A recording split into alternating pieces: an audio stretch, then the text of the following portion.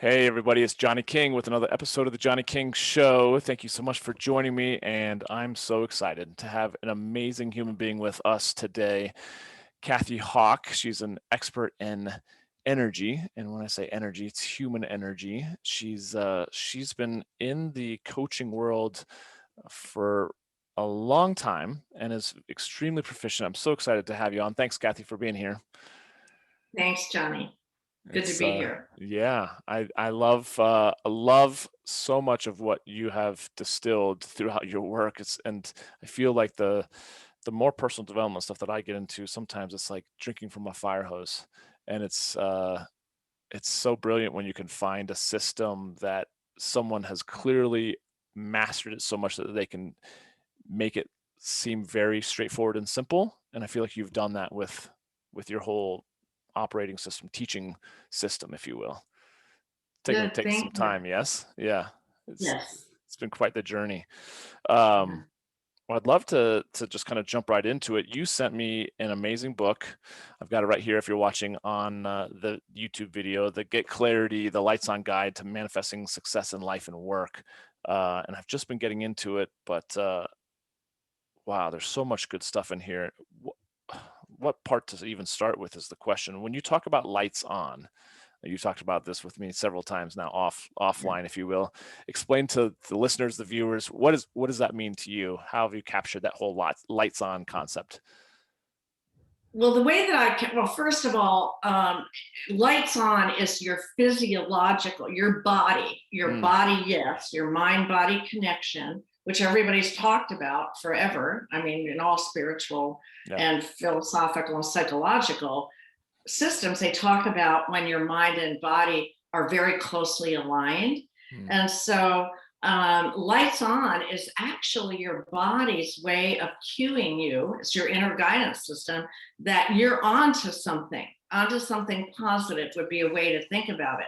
Now, when I say lights on, people get it. They're like, oh, yeah, I know what that looks and feels like. I get that. hmm But you wind back the clock 25 years ago to when I started coaching without a lot of tools in the coaching profession. Exactly. I realized when I was so I started all coaching as most people do, most coaches do, by talking with people or interviewing them.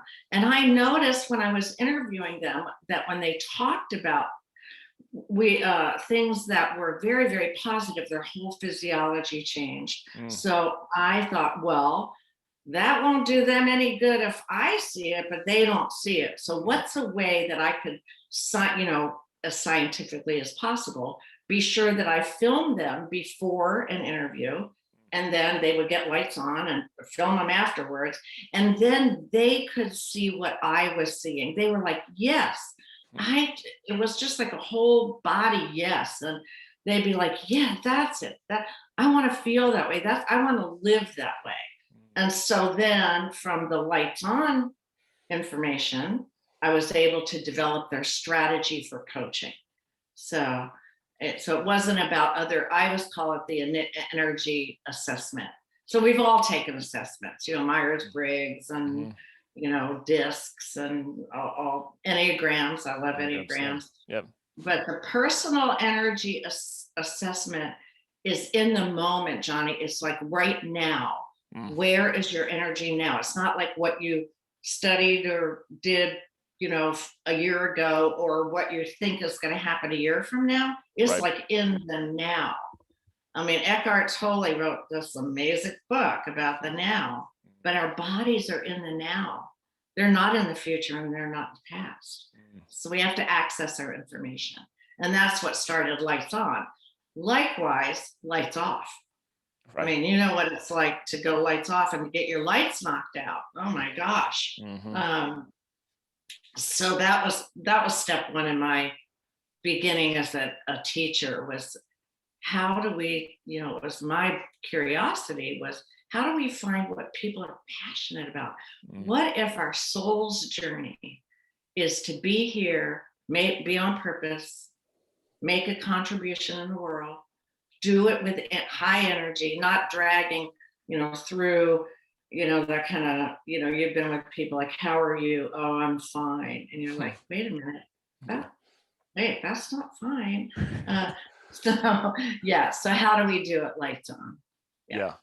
I like, to your point on page 35 of your book, I mean, and you included a little, for those that are watching on the YouTube video of this, the kind of before and after of a bunch of your clients, and just how much you can see an actual physical difference of, how lights on thinking has shifted even Yeah. just their face. You can just totally see in their eyes and their face in general. So it's pretty cool. Really, really It's cool. amazing to watch. I Yeah. mean, to me, the gift of all the coaching, now thousands of people, to figure out what lit them up and how to make it happen and sustainable. Mm, It's just like every time their soul lights up, it's just like a most, I love it. I mean, it lights me up, mm. obviously. It's the work I love to do. Yeah. Yeah. Well, and you're right. I feel like too, the way that I've seen it, it really is the, what do you call it, the currency. A lot of people focus on like time and money, but really it's just energy, because we all have the same time. Obviously, we've all heard that so many times, but it's the energy. Do you have the energy to actually show up and to fulfill the things that are on your heart and that are kind of your life purpose? And I feel like a lot of people, or I should say a lot of guys that I talk to, they're really struggling to find that sense of clarity, purpose, direction. Yeah. So how have you gone about over the last 25 years systematically helping? Because I feel like so many guys are like, it's the hardest thing to do for them is to find, their passion, as they call it, or, Mhm. how do you help clients, other coaches, kind of narrow in on that life purpose or that passion, that clarity? Well, the first way, um, so that people can help themselves, which I always think is the best first step, Hmm. because not everybody in the world is going to have the luxury of working with a coach, and it is a luxury. And most peak performers will tell you that they work with coaches, Yeah. and they just do, because coaches are a reflection, or should be a reflection to people of where they see their strength or their light. Mm. So, but on your own, you can be, and in the book, we talk about it in the early book, being a 24-hour energy detective. So you Mm. go through your day. So remember, you're looking for energy, not all your great ideas, not all the stuff that you got a degree in or whatever, none of that. But go through and enter to the 24 hours, and make almost like two columns. I did this, it either lit me up or it didn't. It Right. lit me up or it didn't. Oh wow, that was, could feel the energy. Then you take a look at it after the day, or 24 hours. It's just, you can do it for 48, whatever. But you take a look at it, and very obviously, but not in our culture. We're taught to do it even if it kills me. Okay, that's energy talk killing you, energy Hmm. talk. So what you do is you look at that list and you think, wow, if I do more of the things that were my pause that lit me up, if I do more of that and less of what drains me. So lights on is fills me up, lights off is drains me. And if Hmm. I do more of, and it just seems so logical, but we're just not logical. About it. We just keep moving and doing stuff until we're exhausted. Hmm. And I see that more actually in my male clients than, and I know your listening audience is predominantly male, Mm. and a lot of that, you guys, because I'm married to one and I've got a son, and I got a new puppy who's a boy puppy too. So being around guys a lot, I love them. Is there's been a lot of societal um, direction, let me put it like Hmm. that, that Hmm. says that we have to do things that don't light us up for the benefit of others. And I find that to be untrue. Mm. Are there things you have to do to? Yeah, sure there are. I'm not saying, go loft a la la land, but what I am saying is that a lot of the things that we think we have to do and that drain us, when we ask and get around the people who love and care about us, they would say like, "Oh, I am so glad you stopped doing that. Mm. It was just, tiring you out, or, they might not say lights off, of course, but, they, the people that know and love you are good reflectors. Hmm. So for the men listening, do your 24-hour energy detective and think about what it is, how that relates to your purpose. Hmm. Because, Johnny, we're not on earth to end up, at the end time to be just a wreck, Right. an unhealthy wreck. I mean, that I don't think that was the divine plan. Nope. So yeah. So how do we live lights on with vibrancy and contribute? Fair question. I, Find your purpose. yeah, I feel like that's just so relevant, obviously, for every generation. It's not one of those things that can necessarily be uh passed. You kind of have to find it for yourself, right? And Yeah. yeah, it's interesting. I want to take a step back a little bit and just hear a little bit more about just your own personal life story to get into coaching. What was your childhood like? What were your parents like? What really sparked in you this desire to get into coaching, if you will, before Tony Robbins, before around the times of Yeah. what Jim Rohn and other, just some of the Yeah, the pioneers. Jim Rohn days. Yeah, you're Yes. you're a pioneer of this whole movement now Yeah. that's massive, obviously, across the world. Yes. So, what drove you into Well, this work? my parent, I mean, I look back, how sometimes it's easier to look back and see a pattern than it is to see it in the Yeah, moment. yeah.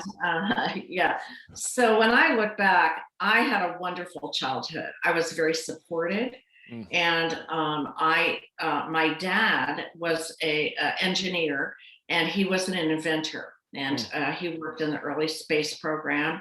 And my mom was a teacher.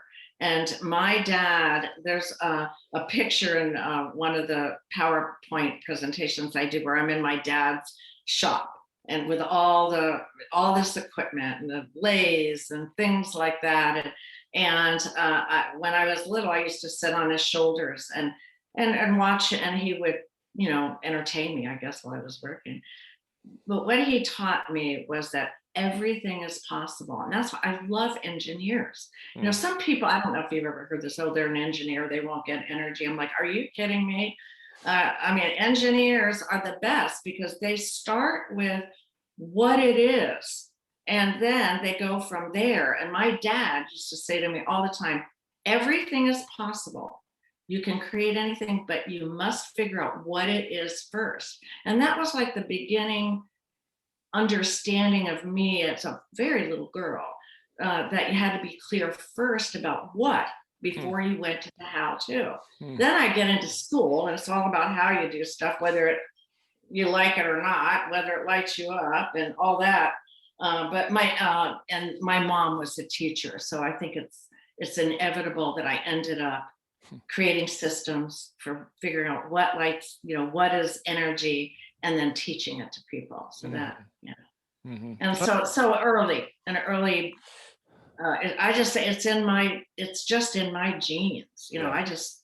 I'm always thinking like, so high curiosity, what could we do with that? What's a great idea? Right now, I'm working with somebody to develop an app so that we can very quickly, and we've had an app, actually, Clarice had an app before, but I want it to move. I want to do a whole new thing with it. Mhm, mhm. So, So, what's the next evolution? yes. Yeah. Yeah, that's Yeah. pretty brilliant because like I said, I feel like, a lot of times we are who we are as adults because of, what we had or didn't have growing up, right? And so that's a very simplistic way of saying it, but you're obviously, it sounds like your parents were pretty instrumental in your of who you are today. They were. And That's so for when sure. coaching people started to talk about, this is back really the early days, like self-actualization and, Mm, Maslow's self-actualization. I mean, what a word that was. I was like, mm, whoa. And mm, then coaching was just starting to become in a conversation of a small esoteric part of the population, and I just was attracted to it like a magnet. mm, So I went and studied early with people and just thought, man, I love this coaching. I just love helping. My question was, how do I help people find your passion? mhm, Almost, what we started out with. Hmm. And my first husband was an attorney, civil rights attorney in the early days of that movement. By my age, you can tell I lived through the 60s and stayed alive and developed that high curiosity. That they were beautiful times, Yeah. actually. Yeah. And he was always looking. He didn't love being a lawyer, and so I always say we went in pursuit of his happy, Mm, and he wanted to find his happy.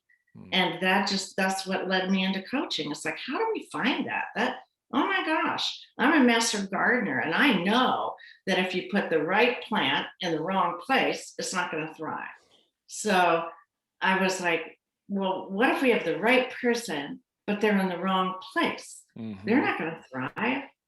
And so between Michael's Where's My Happy and getting right people in the right place, then I literally ended up really getting engaged in coaching.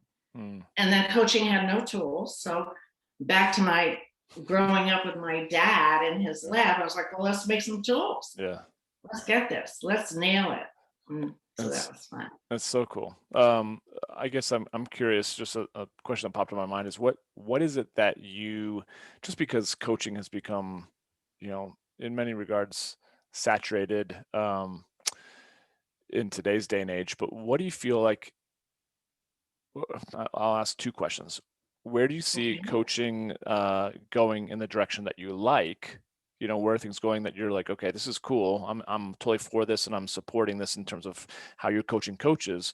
But then also maybe what have you seen that maybe we've gone away from that's not healthy in terms of like coaching and where people are going to seek guidance in their lives? Right. Well, let's see. Well, question one is where do I think coaching, um, what is the direction that I believe coaching can take all people? So Yes. how do we? So to me, a coach, and you're right about saturation, but that's a different subject.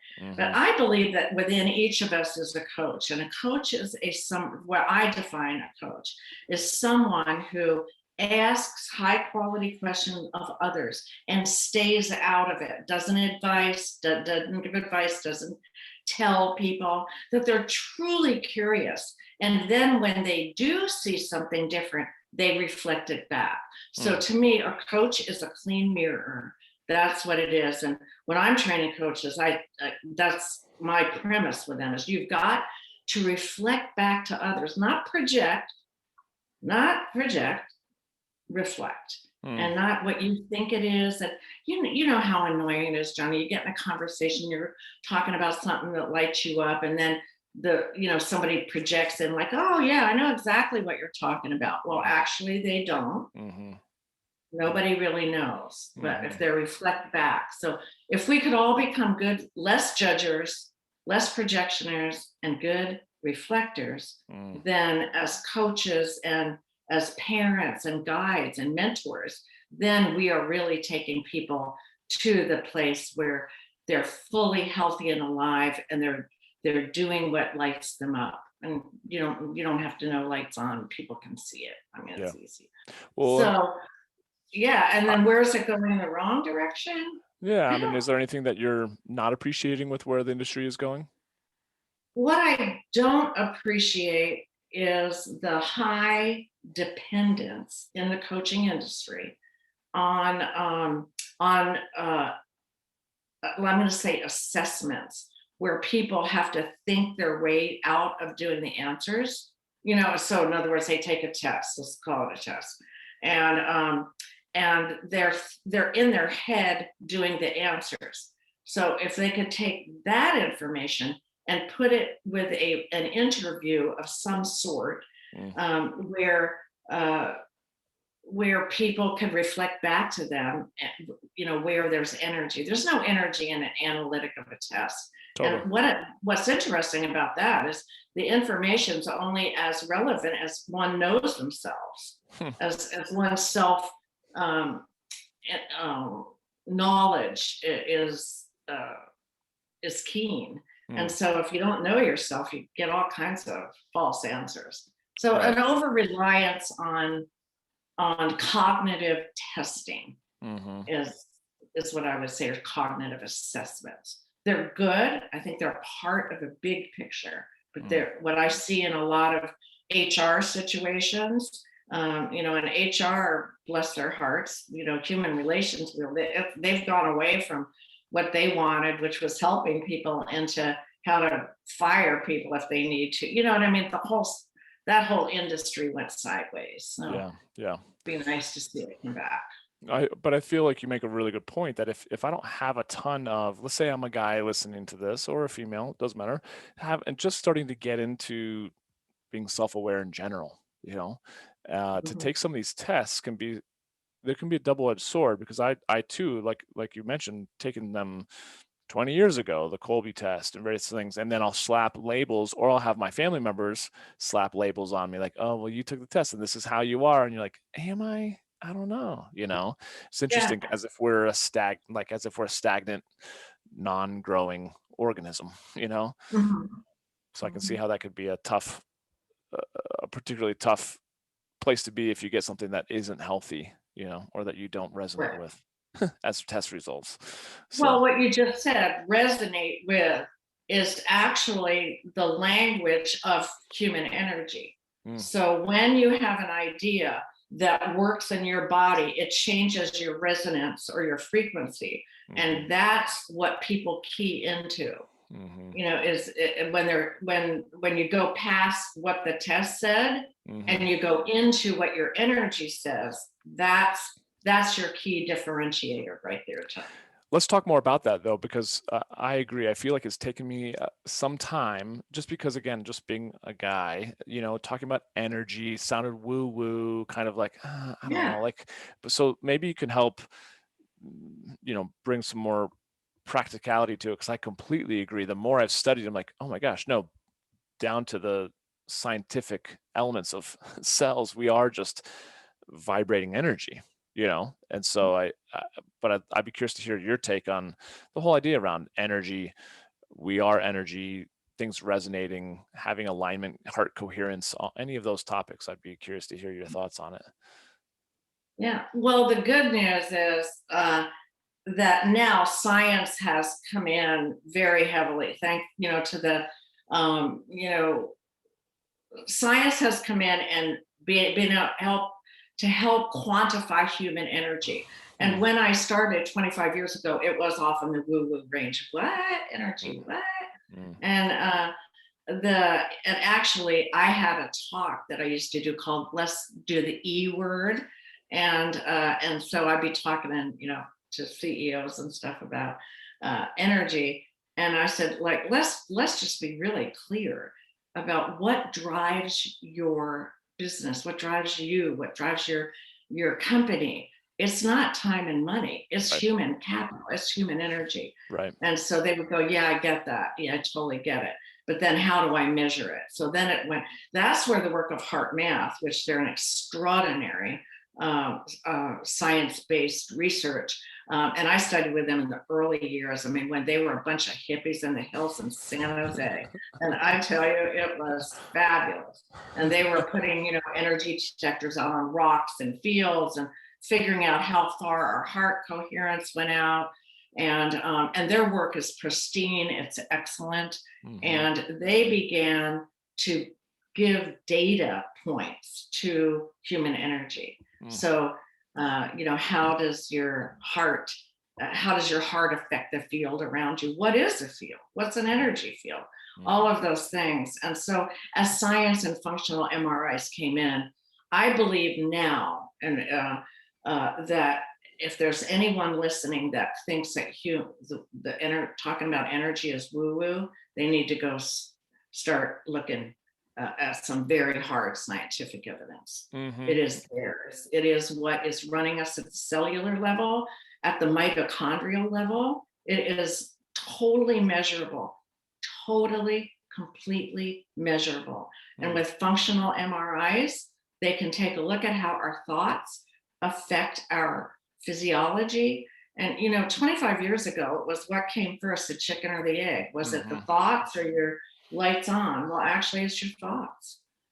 In the first 125 thousandths of a second, Mm-hmm. when a thought hooks up to your body, and your body then, so let's take it back. Here's an easy way for people to understand it. Life is like a movie. You're writing the script. Mm-hmm. Your first thought is the director. Your body is the producer. The performance is your outcome. And that's every single thing that you're doing in your life. If you just think about life is like a movie, I wrote the script, whether I like it or not. If I've got something that's not working for me, chances are that I created it, Mm-hmm. that I did it with my thoughts. And it could be that you went along with something that wasn't healthy, that's different. But basically, if you think of it, it's a simple, fun way to think about it. The metaphor that we're writing our own script. So now we do know it comes first from thoughts. Mm-hmm. Thoughts have energy. They're in a wave. They're measurable. They're just like a radio station. You have a thought, you transmit it. It travels in a wave like this through a field. It strikes the receiver. The first receiver is your body. The second receiver is what we would call, that metaphor, the radio. And then it's broadcast from there. That's scientifically proven. There's no controversy around it now at all. It's pretty cool that the science has kind of caught up to what you were knowing is true and continue to teach for decades. Is pretty powerful. It makes me think of what we talked about before, we weeks ago when we chatted before, just the kind of the above the line, below the line thinking, and how the thoughts create the feelings, and the feelings, of course, kind of transfer into the energy of how we show up. I've got the little what do you call it, The bookmarker bookmark. with me in front of me, but behind you, you've got the lot more kind of like elaborate version of it. Can you explain to those, because I think it's so powerful and it's so kind of distilled into something that I think you can think about every single day, like, where am I thinking, where are my thoughts right now? Can you go explain this a little bit more, if you don't mind? Sure, not at all, because it's a great system. Yeah. That was the second tool that I had to develop for people. Uh. So first of all, what lights me up? The energy detective. But then when you know that and you go to activate it, to put it into actualization, your monkey mind and all kinds of negative thinking comes in. So at the time, I thought, I need a way that people, because when you go negatively, you lose executive function. You're not having high level thinking. I mean, it just isn't there. Physiologically, it's impossible. So I thought, well, what if I could make a tool where people could they're in negativity, they could just shift their thought in 125 thousandths of a second, everything would shift. So that's our bookmark. And so we have a gray line, that's the shift line here. So everything above the gray line we call above the line, everything under we call under the line, and then they're in pairs. So the red above, the word trust, has a negative fear. So if you're in fear, if you can shift into trust, that's how the pairs work, by color. Okay. Go like that. Then what happens is, when you don't have executive function because you're in a doubt or fear state, doubt is actually under the line. Then what happens is, here's a tool where you don't have to go try to figure it out. Right. You can just look, and the bigger system, the one behind me, it's 8 columns. This is column 1, the starter. So when you go through this, you can just, and these are in people's desks, Johnny, all over the US and all over the world. Right. And it's so fun to see them, because you're there and you're in this, like, where the heck am I? What am I thinking? And you can just look and you're going like, oh, let's see what my finger pointed to. Oh, pointed to coaching. Oh, interesting. So what is coaching? And we have a book that defines it, but just for now, coaching is being curious about others, myself and others. Mm. So what if instead of being under the line in doubt or fear, I just feel like I'm going to get curious. Mm. Okay, quick. Now your brain already shifted. So it was a thought shifting system so that people can always have in their pocket. And I designed it like the kind, those field when you go to bird watching or out in the field. I wanted people to have it with them, and so that if they got stuck in negative thinking, Mm-hmm. they'd have a quick way to get back out. Mm-hmm. Then their body gets lights on. Then when your lights on, you're more possible, and it just creates this nice ripple effect. But just like being negative creates a ripple effect, same thing. Totally. Same ripple effect. It's just, it's just which one do you choose? So being at a choice point and knowing that what you're doing is not working, Mm-hmm. and you do need to shift. Yep. And then you're like, I took all these courses. I should know what I'm doing. And you've already negated yourself. You're already in doubt. You're like, no, you just need to pick another thought, pick another. Right. Yeah. So I gave an easy way to pick another thought. Okay, so let's do this actively. For me, I oftentimes just go into self-judgment. I'm very, very hard on myself. So if I'm being self-critical, what are you finding on that? So critical, as you might guess, is under the line because it's ineffective. Now remember, I want to be really clear. Yeah. Johnny, when you're critical of yourself, you're not being wrong. So this isn't wrong and that's right. Oh, okay. This stops you. You get stuck. This is stuck and this is flow. And this is ineffective and this is effective. Right. So there's your critical. So when you're self-critical, the first thing to do is to stop, right? Go through the gray line here, which is the challenge of shifting to self-kindness. So the first thing that I would recommend that you do when you're being self-critical is like, stop. I'm focusing on I would take it on everything you're doing that you would say is not working. That's the only reason you'd be critical of yourself. Totally. Mm-hmm. Well, I mean, if you want to really dial it back. Yep. And then I'd say, now let's focus on what am I doing that's right or working? What am I doing that's working? Then from there you build from, that's what I'm doing that's working. So if I do more of what's working, then I'm going to be I'll have less reason to criticize myself. Mm-hmm. Now, critical thinking is a left brain function. That's not what we're talking about here. You've got to have the ability to critically think your way through to solution. We're talking about behavior. We're talking about your behavior that gets you or anybody else's, everybody listening has been self-critical, is what gets me stuck. Oh, I'm focusing on everything that I'm doing that isn't working. So when I focus on what's not working, what do I get? I get more of what's not working.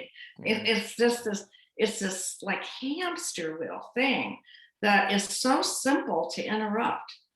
You could actually throw a dart and pick any word above the line, and it doesn't have to be the opposite of critical. It just has to be anything that's positive. So anything that's whenever effective. You're stuck, you just got to move. Just pick a favorite word. I call it a 911, and I have it a mantra. But when I know I'm going south or going under the line and I can feel my energy getting drained, I have a 3-word remedy that I use, and it starts with I choose. So now I'm back in control. So the minute that I then it's not all the negativity directing me. And then I go, I choose. My favorite is peace, because if I'm peaceful, then I'm not being critical. But then I can also do, I choose curiosity. I choose focus. I choose. And the minute I've done that, actually brain science, you have to do it for 17 seconds. So you do it a couple times Mm-hmm. and, oh, okay, great. And then you're like, oh, right, I'm back. Wait a minute. Life is like a movie. I choose what I'm writing. Mm-hmm. And so it will so quickly shift it. Oh, and it's that nothing under the line is wrong. I mean, we learn as much from what is doesn't work as long as we're willing to look at it as just a not work. Mm-hmm. Not I'm bad, I'm silly, I'm stupid, whatever that's critical story is. But if we look about it like, oh, okay, that just doesn't work. So now I have a not work, I have a work. I have a not work, I have a work. And then you start to get balanced. You can feel it. You can feel it when I'm saying it. I mean, Totally. all of a sudden it went from something's wrong with me to, oh, it's like you can breathe better, you know? Absolutely. Yeah. And I feel like a lot of the guys that I talk Absolutely. to, I feel myself like a lot of included, the guys that who feel stuck in their lives, it's because of probably a pattern of focusing on some of those ineffective thoughts, which to me, once I go Mhm. there, then I can probably start throwing darts below the line and I start feeling a lot of those things as it relates to myself, right? I can be very empathetic for Yeah. other people, but for myself, I can be extremely hard on myself. So I Yeah. think that's the key is giving the listeners and viewers an idea of how it's it's not necessarily easy at times, but it can be simple, because sometimes when I get into that space, I almost don't want to be helped out of it. I want to stay in that pity party. I don't know why that is sometimes, right? It's just hard Sure. to pull out. But well, how have Yeah. you found to help people break out of that when it's almost like they consciously know that they're in a downward spiral, but they're like, screw it, I want to stay here. I want to isolate myself Mhm. and cry and turn on sad music and eat ice cream, whatever the case might be. I know. You want to indulge the shadow. Yeah, I know yeah. I call it the shadow of the light. It's like, oh, I'm gonna have a world-class shadow attack, man. I'm gonna like eat ice cream till I throw up and Yeah. and all that. And there's a point where where that people get that doesn't work. Mhm. And then it's time to shift it. And I think the best shifter is the I choose thing. It's just a 3 word, I choose.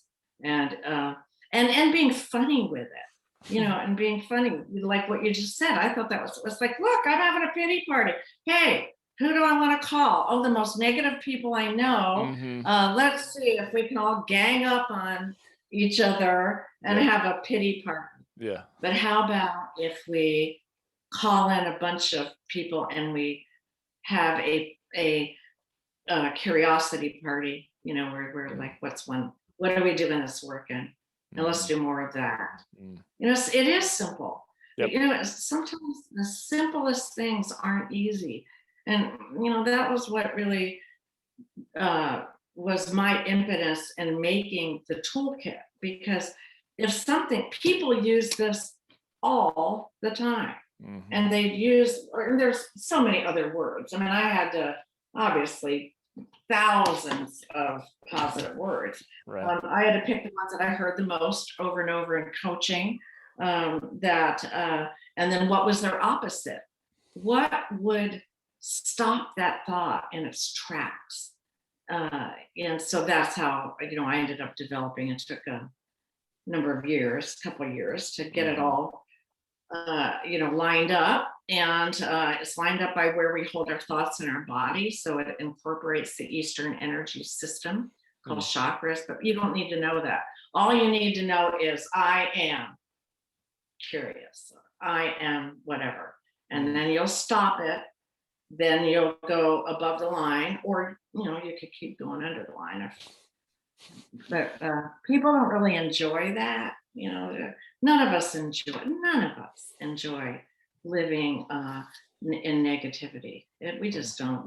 Our physiology is built to be endorphin, and you can think of above the line is endorphin, under the line is adrenaline, Mhm. or fear-based, monkey mind, limbic brain. Humans are physically built to live in an endorphin system. Mm. We just have to get ourselves there. Right. you know, Right. and That's not indulge the shadow. I can always tell when I'm under the line because my under the line on here is exactingness, like fussiness, mm, and I am so fussy. Nothing is good enough. mm, Nothing. mm, And that is such a lousy way to live. yeah. I mean, it's just craziness. And then I just have to break out of it and just go, okay, stop. I choose peace is mine. And then it's like, what am I doing that's working?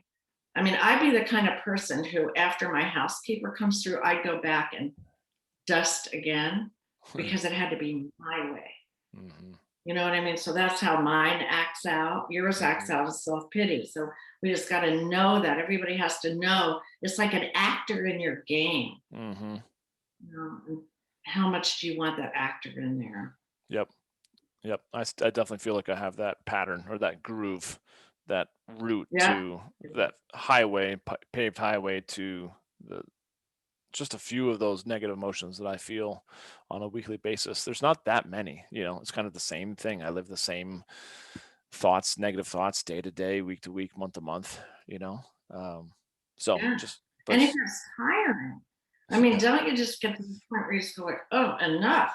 And yeah, the minute you go enough, you've shifted it. yeah. So yeah, I think something yeah. we talked about before, which is something I have chatted about on my own podcast, solo episodes, is just that I've struggled with repressing anger, and if you had told me like, oh, I think you're angry, I'd be like, no, I'm not. I never get angry. I never blow up. I never, and there are a lot of those guys that I've noticed as I started speaking this truth out to myself and to my listeners, being like, no, actually, I'm pissed a lot. I'm angry at myself, or I'm disappointed in things not going right in my life, but I repress that. And then, like you said, it's taking so much energy to keep that within me without blowing up at someone or throwing something or, whatever I need to do to kind of get a healthy release of that anger. Then I have gone apathetic and just kind of numb. I feel like a lot of people Yeah. walk through life numb, emotionally flatlined because they're not actually cycling through these emotions and moving back above the line as Right.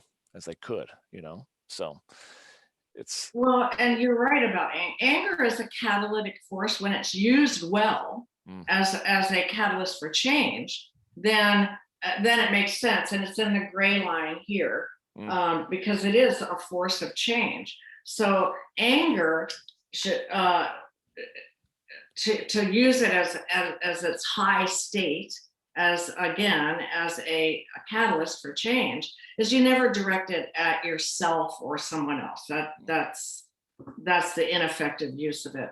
totally. When you just say, listen, that pisses me off, and if something pisses you off enough you're going to go do something about it, and we would want you to do something positive about it. So have now I'll confess this publicly. When I get pissed off enough about something, I have a temper tantrum hmm because I watched it in my son when he was 2.5, and it was so effective. He would just have it, and it wasn't about anything. He didn't have a big story. He didn't finish his temper tantrum and go, well, mommy, it's because you didn't give me a cookie. I mean, that's just crap. It was just anger that he had to get out of his system. It's like a force. And when you just get it out of your system, and when I married my present and soulmate, Gary, um, every now and then I would just say, like, there's so much anger in the world, it's just around me, and I don't want to catch it in my body, and I would just have a temper tantrum, like this, and then it'd be like, mm, mm, relief, it's gone. mm, And I didn't have to make up a story about it. I didn't have to go, it's because of them, and so then anger worked. It got out of my system. And then it's like a storm, Johnny. And when the hmm storm goes away and everything settles, mm, then you can really see, like, oh, I was really, I'm really angered about that inequality. So now how can I do that? What can I do about it now? hmm hmm So it's very, very powerful. Totally Anger powerful. is Yeah. totally powerful. And I've Yeah, experienced use it for good. right, Yeah, use it for good. right, but Yeah. turned inwardly is not a good thing. Not a No, good thing. and then you get caught in your body, and it's called resentment. And Mhm. one might notice on the guide that resentment's under the line because it's Mm. just anger held in, just stuffed down. Yeah, yeah, completely. Yeah, Well, yeah. and starting to Doesn't wrap. feel What's that? doesn't feel good. Oh, no. It Gosh. doesn't feel good when it's affecting you. No. No, and I think that's a big part of that, what feels stuck or how people feel trapped, it's because Yes. they can't get that out. So Well, even if have a good old fashioned temper tantrum in the privacy of your home. yeah, You know. yeah, Yeah. yeah, Yeah. yeah, or in your car or, when it's not moving. Yeah. Yeah, Yeah. Yeah. What is not moving? Good yeah, point. Yeah. yes, yes. But so true. It's amazing how much and that's when I started to really understand the power of like you said, the energy of getting the energy up and out, because to me, it was like, no, that's a sign of weakness. If I lose control, or that's just not temper tantrum to me is like, oh, but I'm not a 2.5-year-old. So suck it up, move on, but again, all I do is just shame myself or, minimize it and then move on. But it's blocking my heart pretty massively, Yeah. so It is.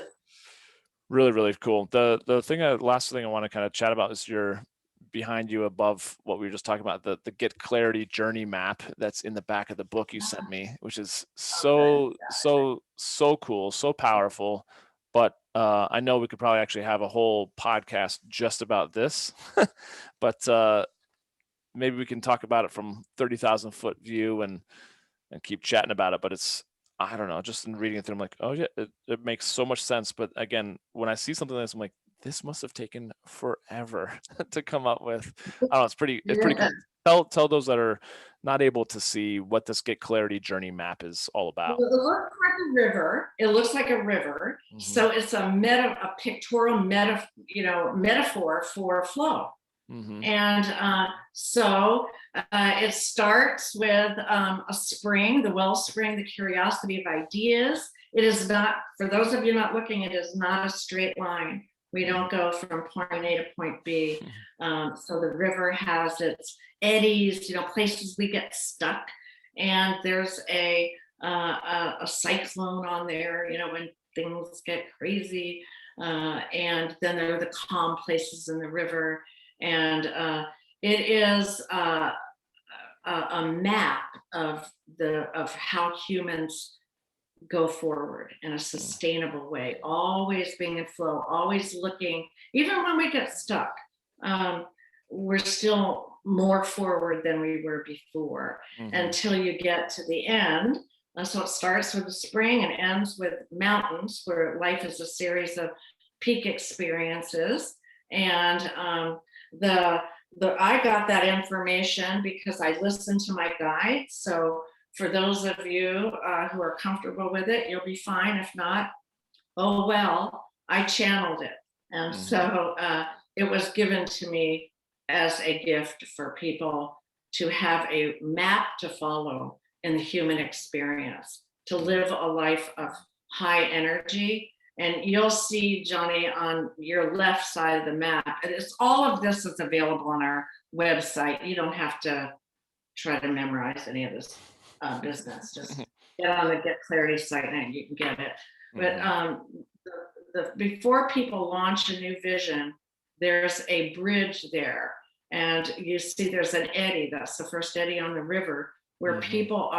where people get trapped in habits, patterns, and drama. Yep. And that's where people get stuck a lot. And you'll see they go above the bridge or the line, and they're in passion, vision, and discovery. And that creates flow. And into flow go the creation of our ideas. Hmm. And I love that map, and so do people. They love that map. When they look at it, they're just like, I totally get it. And in my coaching, I always ask, where do you think you are right now? Because the good news is there's always someplace you're going. So no matter where you're stuck or where you're in fast flow, there's a place on there called the whoosh effect, where, when things line up, they go fast, and a lot of people get scared, and then they slow things back down again. So in the whoosh effect, I always say in the book, and the book follows the river follows the book, actually. In the whoosh effect, I always say, fasten your seatbelt. You're going to get everything that you had focused on. It's going to come really quickly. So make sure you've got everything lined up, Yeah. And then just ride with it. And you'll see there's a release. There's a release of the balloons. The clarity person there releases all the old things that were holding them back right before the whoosh. And that is super important. And so that's the whoosh effect. And then people, then you'll see the clarity person, I love how our artists drew that person. Their head is attached to their heart. They have a backpack on, and their backpack is packed with their heart-based tools, and they're on solid ground. They're walking forward. They're literally journeying forward on their soul's journey. And living it lights was on. such a good, it's beautiful. That's It's really, really cool. It's a beautiful metaphor.